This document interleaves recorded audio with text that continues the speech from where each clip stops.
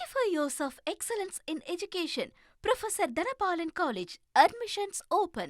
அமமுகவிலிருந்து நீக்கப்பட்ட Mannargudi MLA S Kamaraj தாவேகாவிற்கு ஆதரவு கொடுப்பதற்கு டிடிவி தினகரனிடம் அனுமதி பெற வேண்டிய அவசியம் இல்லை என திட்டவட்டமாக தெரிவித்துள்ளார். முதலமைச்சரையும் வாழ்த்துகிறேன். அதற்கு பிறகு எனது 2 செல்லும் என்னுடைய காரில் கிடந்துச்சு. என்னை கட்சியிலேருந்து நீக்கிட்டாங்கன்னு நான் வெளியில் வந்தோன்னே எனக்கு தகவல் கிடைக்கப்பட்டது. அதனால் நான் யார்கிட்டையும் அனுமதி வாங்கணும்னு அவசியம் இல்லை. ஏன்னா கட்சியை விட்டு நான் நீக்கிறது பிறகு நான் யார்கிட்டையும் போய் அனுமதி வாங்கணும் அப்படிங்கிற அவசியம் இல்லை.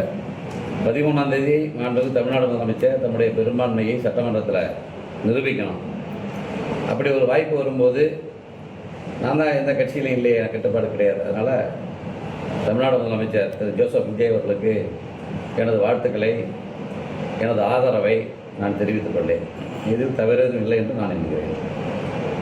அதிமுகவுக்கும் உங்களுக்கும் அமைச்சர் பதவி கொடுத்தா சிபிஐக்கு போவேன்னு சொல்லி டிடிவி அது அவர்கிட்ட தான் கேட்கணும் எப்படின்னு.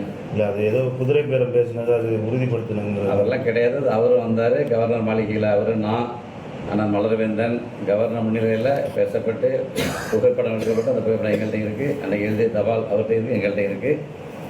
அதில் எந்த முறைகேடும் நடக்கலை, சரியாக நடந்துக்கணும். கவர்னர் சரியாக கொடுத்துருக்காரு. சார் தாவேக்கால உங்கள்கிட்ட குதிரை பேரம் பேசவே இல்லை. இல்லை. அதுக்கெல்லாம் அன்றைக்கி நாங்கள் விளக்கம் தெளிவாக கொடுத்துட்டோம். அன்றைக்கி நீங்கள் பேட்டியில் உங்கள் பேட்டில் எல்லா பத்திரிகைகளும் வந்துச்சு, எல்லா தொலைக்காட்சியும் வந்துச்சு. அது அன்றைக்கே முடிந்து போன சப்ஜெக்ட். அதுக்கப்புறம் தான் சட்டமன்ற உறுப்பினராக கவர்னர் ரெக்கமெண்ட் பண்ணி அனுப்புகிற சட்டசபைக்கு என்ன சட்டமன்ற உறுப்பினராக பதவி பிரமாணம் செஞ்சுருக்கிறாங்க. அது அதனோட முடிஞ்சு போன கதை. அதை பற்றி நம்ம கேட்காதீங்க. 35 years of excellence in education. Professor Dhanapalan College. Admissions open.